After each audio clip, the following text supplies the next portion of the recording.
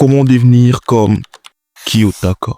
On retrouve plusieurs vidéos qui abordent le sujet, mais la vérité c'est que vous ne pourrez jamais devenir comme Kiyotaka. Mais pourquoi Kiyotaka?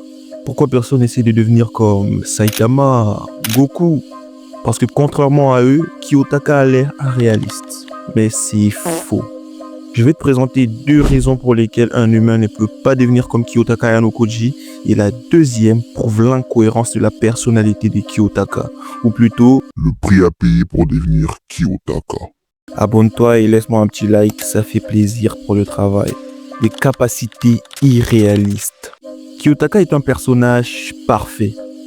Non seulement il lit les gens à la perfection, prévoit leurs réactions et ne se trompe jamais dans ses manipulations, mais aussi il est capable de tabasser des adversaires entraînés à encaisser sa branche. Bon, de toi à moi. Tu es sûr qu'un humain peut atteindre ce niveau de perfection? Faisons un peu de maths vite fait. Pour devenir un expert en psychologie de la manipulation, il faut une bonne dizaine d'années. Pour devenir un expert, un véritable expert, je précise, des arts martiaux, il faut une bonne dizaine d'années. Et Kiyotaka n'a que 16 ans. 16 ans, les gars. Bon, il a grandi dans la White Room, sans distraction, il a été formé intensivement. Mais si on prend un enfant, qu'on le fout dans la White Room, eh bien, il aura un retard cognitif, c'est-à-dire que son cerveau se développe moins vite que la normale, des incapacités sociales, des séquelles émotionnelles. Et ça, c'est pas moi qui le dis, hein. Ce sont des études qui ont été menées par des scientifiques sur les cas des orphelinats roumains. Parlons un peu de ses capacités de manipulation. Il prévoit, il anticipe, il lit les gens, il les utilise carrément avec une telle précision que ça en devient humainement impossible car il y aurait trop de facteurs extérieurs. Le hasard, les imprévus et que sais-je d'autre. Le prix à payer pour être aussi exceptionnel que Kiyotaka. C'est la loi de l'échange équivalent. Bon, normalement, les fans de Full Metal, vous savez. Et le prix à payer pour de telles capacités est à la hauteur de ses capacités. Avant d'agir, Kiyotaka réfléchit. Et pour pouvoir réfléchir comme il le fait, pour ne jamais se tromper, pour rester objectif, il faut qu'il évite de mêler ses émotions à ses réflexions. Théoriquement, c'est possible. Mais Kiyotaka atteint un tout autre niveau. Il ne laisse transparaître aucune émotion, rien de rien.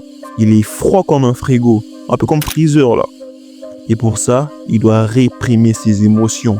Bon, j'imagine que t'es pas encore convaincu, mais allons, tu vas comprendre. Mars 2000.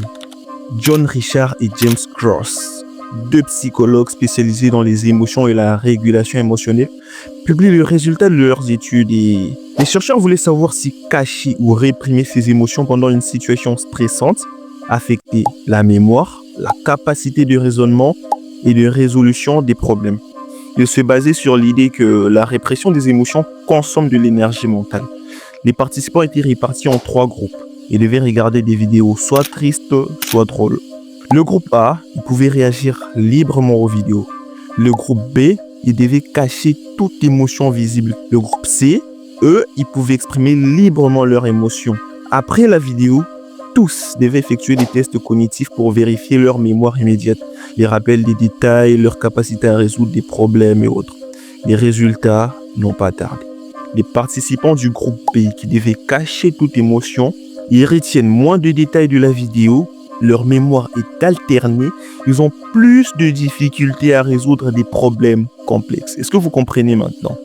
Trop réprimer les émotions demande des ressources mentales. Et ce n'est pas la seule étude à ce sujet, hein.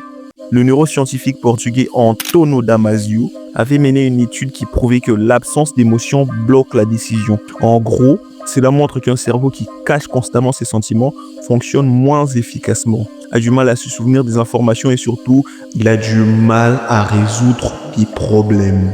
C'est là que les problèmes commencent. S'il faut réprimer ses émotions pour être comme Kiyotaka, ok, vas-y, on va le faire. Mais réprimer ses émotions affecte notre capacité à réfléchir. Et si on ne peut pas réfléchir correctement, on ne peut pas être comme Kiyotaka.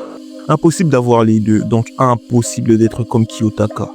Le rêve de devenir des génies tombe à l'eau. Par contre, On peut se rapprocher de ces niveaux en apprenant à gérer nos émotions, sans les réprimer bien sûr, sans les laisser prendre le dessus non plus.